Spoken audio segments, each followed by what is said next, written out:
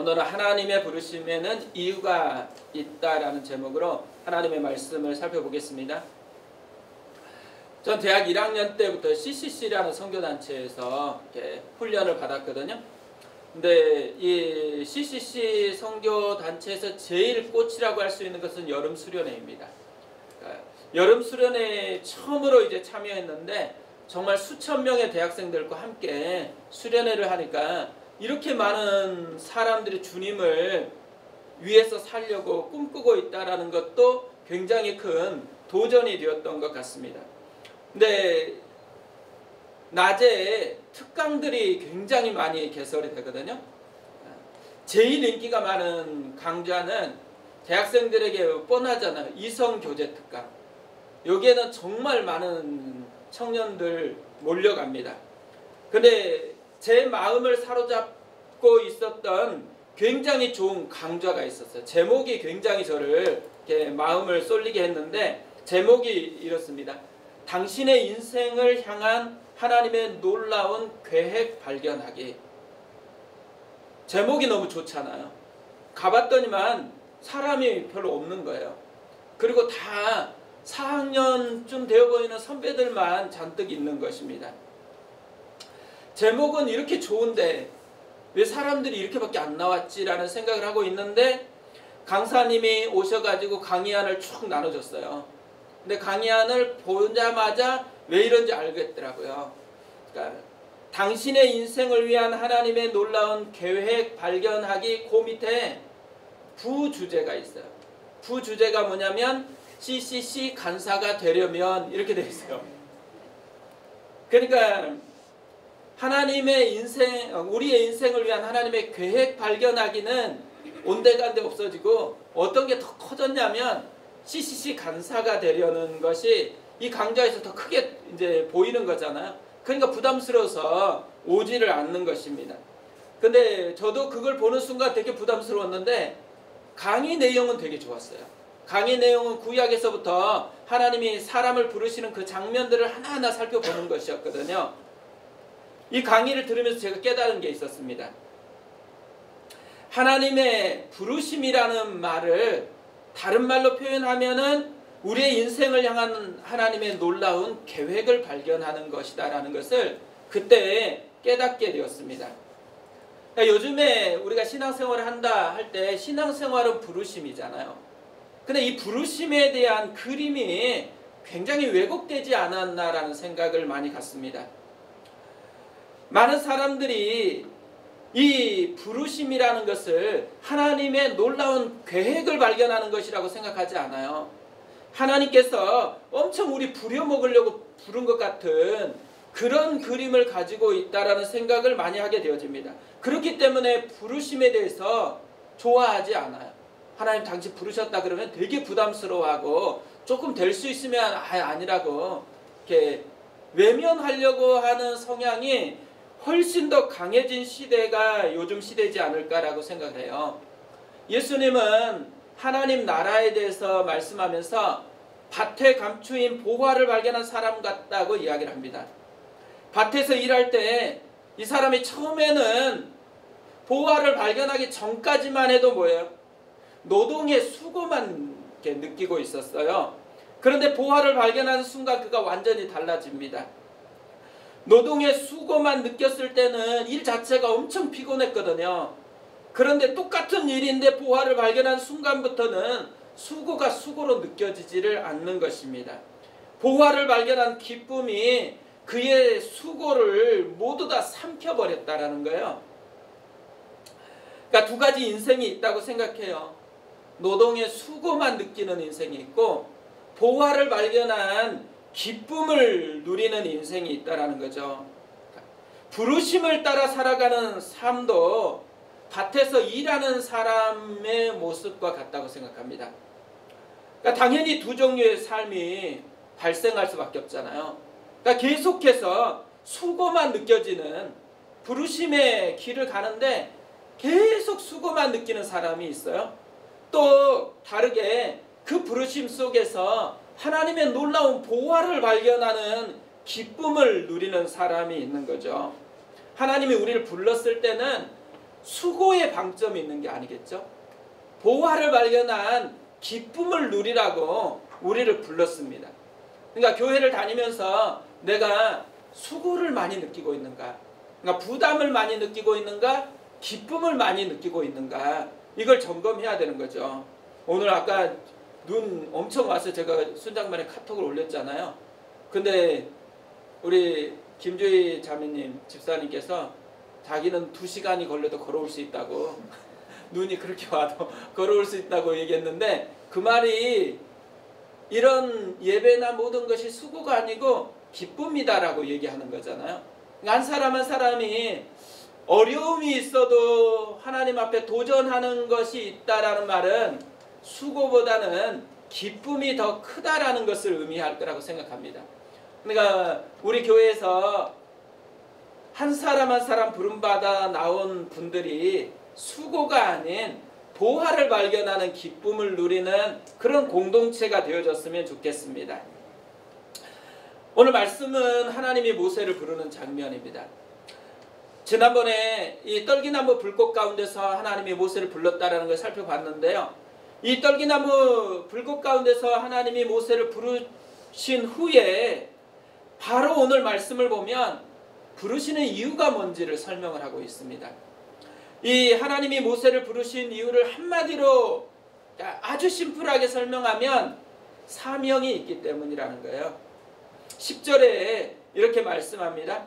이제 내가 너를 바로에게 보내어 너에게 내 백성 이스라엘 자손을 애굽에서 인도하여 내게 하리라. 모세의 사명이 뭐라는 거예요?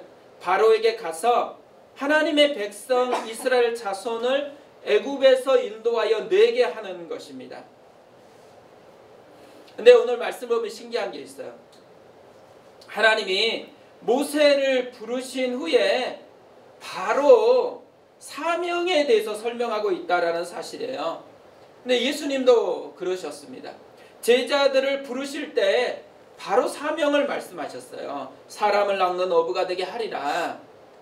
이걸 보면 우리가 알 수 있는 게 있죠. 부르심에는 근본적으로 사명이 있다라는 얘기예요. 그렇기 때문에 부름을 받는 순간 우리가 변해야 될 게 뭐냐면 사명으로 내 삶을 바라보는 거예요. 그러니까 사명이라는 관점으로 앞으로의 삶을 살아가라고 부름받았다라는 것이죠. 근데 이게 모세에게는 굉장히 중요한 문제입니다. 모세는 지난 40년 동안 철저하게 무너진 채로 살았어요. 야곱이 20년 동안 라반의 집에서 일을 했잖아요. 그런데 야곱은 엄청난 부를 축적했어요. 그런데 모세는 2배 40년간을 살았습니다. 그런데 여전히 자기 양은 하나도 없어요. 장인의 양만 치고 있어요. 뭘 얘기하고 있겠어요? 철저하게 무너진 채로 끌려다니는 그런 삶을 살아가고 있었다라는 거죠. 모세는 상처가 그의 인생을 끌고 가도록 방치하고 있는 것입니다. 그러니까 상처로 그의 삶을 봐요. 과거도 보고 현재도 상처로만 해석을 해요. 그리고 상처에 의해서 살아가고 있다라는 거예요. 그런 모세에게 하나님이 다시 도전을 하는 거예요. 이제 상처가 아니고 사명으로 다시 너의 인생을 보아야 한다라는 거예요. 너는 무너진 채로 살아가야 되는 존재가 아니고 하나님의 사명을 이룰 존재라는 것을 알려주고 있는 것이죠. 이제까지 상처라고 여기며 살아왔던 그 무너진 삶조차도 사명을 이루기 위한 준비 과정이었다라고 얘기하고 있는 것입니다. 그러니까 이제는 무너진 삶에서 사명을 이루는 삶으로 다시 일어서야 한다라는 것이죠. 토크쇼의 여왕이라고 하는 오프라 윈프리가 있잖아요. 빈민가에서 10대 흑인 미혼모의 사생아로 태어났습니다. 어린 시절에 성폭행을 당해서 14살 때 임신을 해서 아이를 낳았어요. 근데 불행하게도 이 아이가 태어난 뒤 2주 만에 죽었습니다. 그러니까 아무것도 의지할 수 없는 채로 살다 보니까 마약에 손을 대고 마약 중독자가 돼서 10대를 보낸 고되고 정말 불행한 상처에 찌들어 있는 그런 인생이었거든요. 그런데 그녀가 이것은 사명이다라는 책을 썼어요. 근데 알고 봤더니만 그녀의 인생 모델이 누구냐면 모세였어요. 그러니까 그녀의 인생이 모세의 인생과 되게 닮은 거예요. 이때까지 모든 인생이 무너진 채로 상처에 끌려서 그거에 지배된 삶을 쭉 살아왔는데 모세를 보면서 뭘 배워요? 사명이 모세의 인생을 변화시킨 것을 보게 된 거예요. 그러면서 비록 이전까지는 가난하고 아픔과 상처 속에서 살아왔지만 이제부터는 사명으로 살기 시작했다는 거예요. 그러면서 그의 인생이 바뀐 거죠. 그러면서 자기가 발견한 사명을 4가지로 요약을 했어요. 첫 번째로는 남보다 더 가진 것은 복이 아니라 사명이다. 두 번째로는 남보다 아파하는 것이 있다면 그것은 고통이 아니라 사명이다. 세 번째로는 남보다 설레는 꿈이 있다면 그것은 망상이 아니라 사명이다. 네 번째가 남보다 부담되는 어떤 것이 있다면 그것은 사명이다. 그러니까 오프라 윈프리가 인생에서 발견한 것, 그리고 그의 인생에서 이 사명이다라는 책을 통해서 우리에게 알려주고 싶은 게 뭐겠어요? 인생은 사명으로 보는 순간 해석이 달라진다는 거예요. 인생은 사명으로 살아가려고 하는 순간 인생 모든 것이 달라지게 되어 있다는 것이죠. 그러니까 지금 우리가 살아가는 현실을 보는 2가지 안경이 있는 거예요. 운명이라는 안경과 사명이라는 안경이 있죠. 이것을 잘 보여주는 것이 맹인을 보는 제자들과 예수님의 관점입니다. 제자들은 태어나면서 맹인이 돼서 구걸하고 있는 이 사람을 보고 물었어요. 이 사람이 맹인으로 난 것이 누구의 죄로 인함이니까? 자기니까? 그의 부모니까? 운명론적으로 지금 사람을 보는 시선을 가지고 있다는 거죠. 그러자 예수님이 대답을 했습니다. 죄로 인한 것이 아니라 그에게서 하나님이 하시는 일을 나타내고자 하심이라. 하나님의 사명, 하나님의 꿈이 무엇인지를 이야기하는 것으로 이 사람을 보고 있는 거예요. 그러니까 제자들은 이 운명론이라는 안경으로 삶을 자꾸 바라보는데 길들여져 있는데 예수님은 하나님이 하시는 역사, 그러니까 사명이라는 안경으로 사람을 바라보고 있다라는 거예요. 그러니까 오프라 윈프리도 운명이라는 이 관점으로 계속 이전까지 삶을 바라보고 그거에 묶여서 상처에 찌들어 살다가 사명을 깨닫고 나니까 사명이라는 안경으로 자신의 삶을 받고 자기의 인생이 거기서부터 변화가 일어나는 것을 경험하게 되었다라는 거죠. 하나님이 모세에게 주고 싶은 것, 그것이 사명이라는 안경이에요. 상처라는 안경을 벗고 이제 네가 사명이라는 안경을 썼으면 좋겠다. 근데 하나님이 이 시대에 살아가는 우리에게 주고 싶은 것도 마찬가지라고 생각합니다. 사명이라는 안경을 가지고 내 자신을 보는 거예요. 내 삶을 보고 내 모든 것들을 보기 시작하면 좋겠다라는 거죠. 하나님이 우리를 부르셨을 때 하고 싶은 한 가지가 보는 눈을 바꾸는 거예요.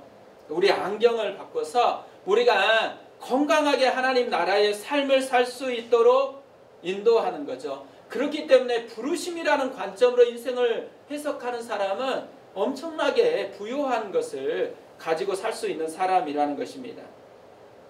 오늘 말씀을 더 살펴보면요, 하나님께서 10절에서 모세에게 사명을 말씀했잖아요. 근데 독특한 것은 7절부터 9절까지 길게 모세가 해야 되는 사명에 대해서 설명을 하고 있다는 거예요. 이 하나님이 설명하는 핵심이 뭐냐면 모세에게 맡긴 사명은 사실은 자신의 사역이다라는 거예요. 그래서 7절부터 9절까지 계속해서 반복하면서 강조하는 말이 뭐냐면 내가라는 말이에요. 내가. 하나님 자신이 뭔가를 하고 있다는 것을 계속 강조해요. 7절부터 9절까지 한번 볼게요.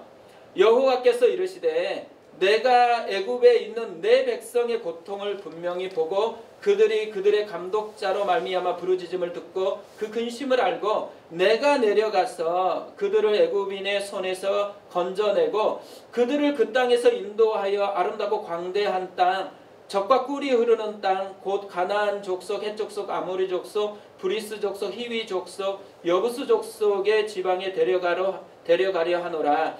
이제 가라. 이스라엘 자손의 부르짖음이 내게 달하고 애굽 사람이 그들을 괴롭히는 학대도 내가 보았으니. 하나님이 말씀해요. 자기 백성이래요. 그리고 자신이 그들의 현실을 보았고 그들의 고통의 소리를 들었고 그들의 근심을 안다고 얘기합니다. 그러면서 자신이 내려가서 그들을 건져낼 것이고 인도하실 것이고 젖과 꿀이 흐르는 땅으로 데려가겠다고 얘기해요. 그러니까 어떤 면에서는 이걸 다 생략하고 그냥 나타나셔서 모세야 네 사명이 이거니까 네가 바로게 가라 말해도 사실 바로 연결됩니다. 의미가 바로 연결될 수 있거든요. 그런데 하나님께서 모세에게 사명을 말하기 전에 굳이 길게 모세가 감당해야 될 사명이 뭔지를 계속 설명을 해 주시고 있는 거예요. 그러니까 저는 왜 하나님이 이렇게 길게 설명을 했을까? 그러니까 이 관점으로 이 말씀을 좀 묵상하다가 두 가지 의미가 있는 것 같다는 생각을 했어요. 하나는 뭐냐면 사명 이전에 이 모세의 사명은 사실 모세 자신을 향한 하나님의 만지심이 담겨 있다라는 거예요. 사실 7절에서 9절까지 하나님이 하시겠다고 하시는 모든 사역은 모세를 향하는 사역과 똑같습니다. 그러니까 모세 자신에게 말씀하는 것과 똑같아요. 지금 모세가 어떤 형편이에요? 바로 애굽에 있는 하나님의 백성과 같은 형편에 있어요. 상처가 너무 오래되어서 완전히 무너진 채로 살아가고 있습니다. 하나님이 그런 모세를 보았다라는 거예요. 그런 모세의 깊은 신음소리를 들었대요. 그리고 그런 모세의 고통을 알고 있다고 얘기를 합니다. 그러면서 모세를 그 무너진 삶에서 다시 젖과 꿀이 흐르는 땅, 다시 꿈꾸는 인생으로 변화시키고 싶다라고 얘기하고 있는 것이죠. 그러니까 사명을 생각할 때요, 우리가 사명 이전에 있는 게 있다라는 것을 발견해야 되는 거예요. 하나님 우리에게 사명을 맡긴다 그러면 그 사명 자체보다 그 이전에 있는 한 가지가 뭐냐면 그 사명의 혜택은 바로 우리 자신에게 있다라는 거예요. 모세를 사명으로 불렀을 때 사명보다 더 중요한 거, 모세 자신을 회복시키고 모세 자신을 만지려고 하시는 하나님의 특별한 은혜가 있다라는 것을 기억해야 된다라는 거죠. 또 하나 이렇게 길게 먼저 사명을 설명하는 것을 보면 모세가 반드시 알아야 될 것이 있다라는 것이에요. 이 사명은 자신이 모든 것을 이루어야 될 게 아니고 하나님의 사역이라는 거예요. 그리고 하나님께서 하나님 자신이 다 하겠다라고 이야기를 먼저 해놓았다라는 거죠. 그러면서 모세에게 너를 보내니까 인도하여 내라고 이야기를 했습니다.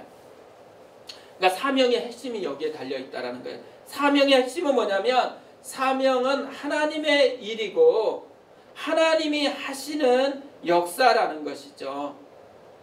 그런데 우리를 그 하나님의 역사의 동역자로 불러주셨다라는 것이에요. 그렇기 때문에 우리가 해야 하는 것은 그분을 보는 거예요.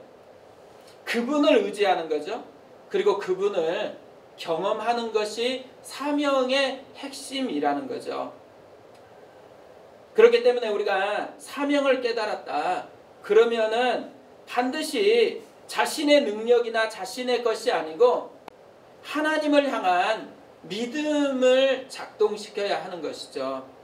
그러니까 사명은 하나님을 경험하는 믿음 학교에 입학하는 것과 마찬가지라는 거예요. 우리가 교회에서 섬기잖아요. 또 집에서도 섬깁니다. 섬길 때 반드시 기억해야 될 것. 섬김은 하나님을 경험하기 위한 믿음 학교에 입학한 과정이라는 거예요.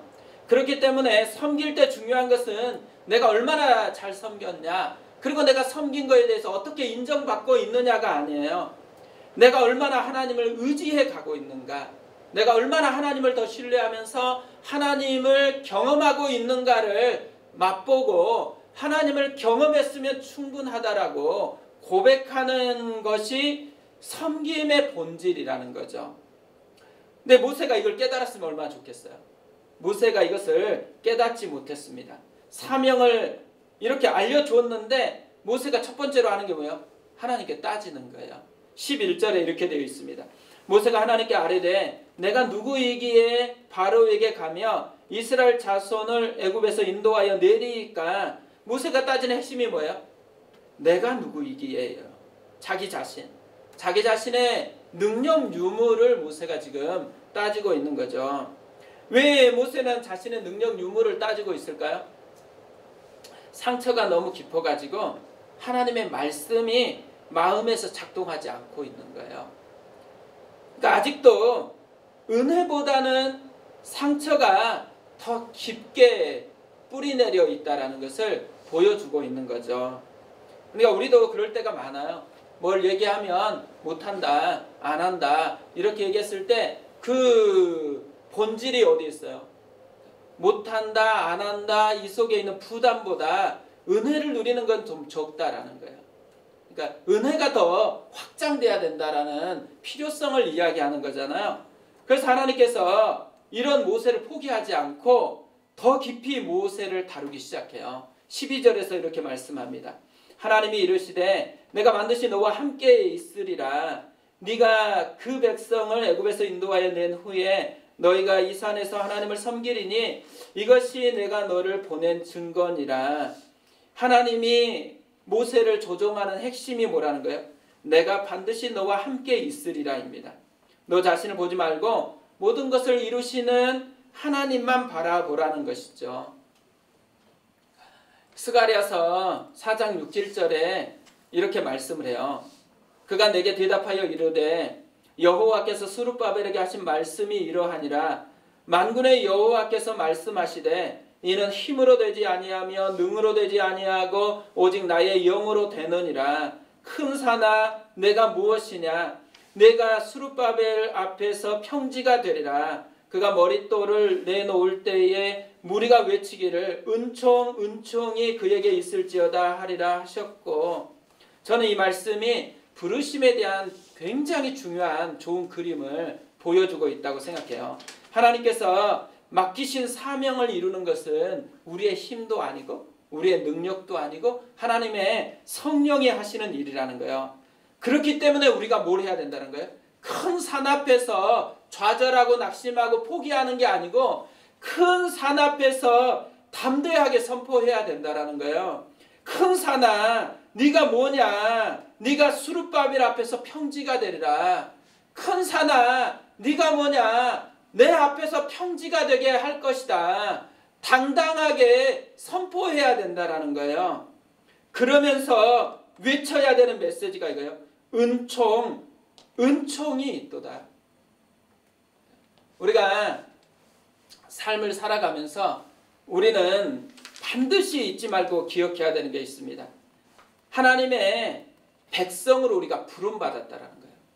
그러니까 하나님의 백성으로 부름받았다라는 이 말은 우리에게는 사명이 있다라는 얘기예요. 그리고 이 사명이 있다라는 것을 깨닫는 순간 우리가 붙들어야 될 게 있다라는 거예요. 어떤 상황인지 어떤 상태인지 별로 중요하지 않다라는 거예요. 나에게 어떤 능력이 있는지 별로 중요하지 않다라는 거예요. 우리에게 중요한 것이 있다면 여호와 하나님이 나와 함께 하시는가를 믿느냐 그렇지 않느냐만 중요하다라는 거예요. 믿음을 작동시키고 있는가 그렇지 않느냐가 중요하다라는 거죠. 근데 이거를요 우리 자신에게도 적용시켜야 되지만 이걸 교육에 반드시 적용시켜야 된다고 생각합니다.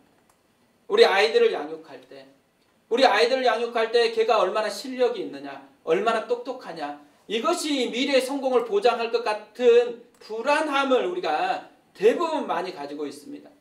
그런데 뭘 불안해 여기지 않냐면 아이들 속에 믿음이 작동하고 있느냐, 아이들이 진짜 하나님을 신뢰하고 그 하나님의 위대하심을 자기 것으로 소유하면서 자기 앞에 조금 높은 산이라고 여겨지는 것을 향해서 당당하게 큰 산아 너는 평지가 될 것이다. 왜냐하면 나는 능력이 없지만 우리 하나님은 내 안에서 역사하실 것이기 때문이다. 이렇게 선포할 수 있는 아이들로 자라나게 해야 되잖아요. 그러니까 우리가 아이들에게 먹여야 될 가장 큰 것이 있다면 아이들이 어떤 수준에 있느냐가 아니고 아이들이 하나님을 어떻게 신뢰하고 있느냐요. 하나님을 신뢰할 수 있도록 믿음을 먹여줘야 합니다. 우리 교회가 해야 되는 진짜 큰 일이 있다면 세상을 살아가면 세상은 끊임없이 믿음을 포기하게 하고 세상의 원리대로 우리를 길들이려고 합니다. 그러니까 예배 때 방금까지는 믿음이 살아있는 것 같았는데 세상이 조금 어떤 어려움을 만나면은 그 어려움이 우리를 끌고 가요. 상처가 끌고 가요. 그래서 나는 좀 하나님 사랑하지 않는 것 같다. 나는 능력이 없는 것 같다. 이렇게 생각하잖아요. 그건 무슨 말이에요? 내 앞에 큰 산을 보았다라는 거거든요. 큰 산을 보았으면 우리가 해야 되는 것은 그때부터 믿음을 붙들고 선포하는 것을 해야 되는 거예요. 큰 산아, 네가 내 앞에서 평지가 되게 할 것이다. 하나님이 이 일을 나를 통해서 이룰 것이다 라는 것을 내 안에 선포하고 작동하는 삶을 살아가야 되는 거죠. 이게 우리의 부르심입니다.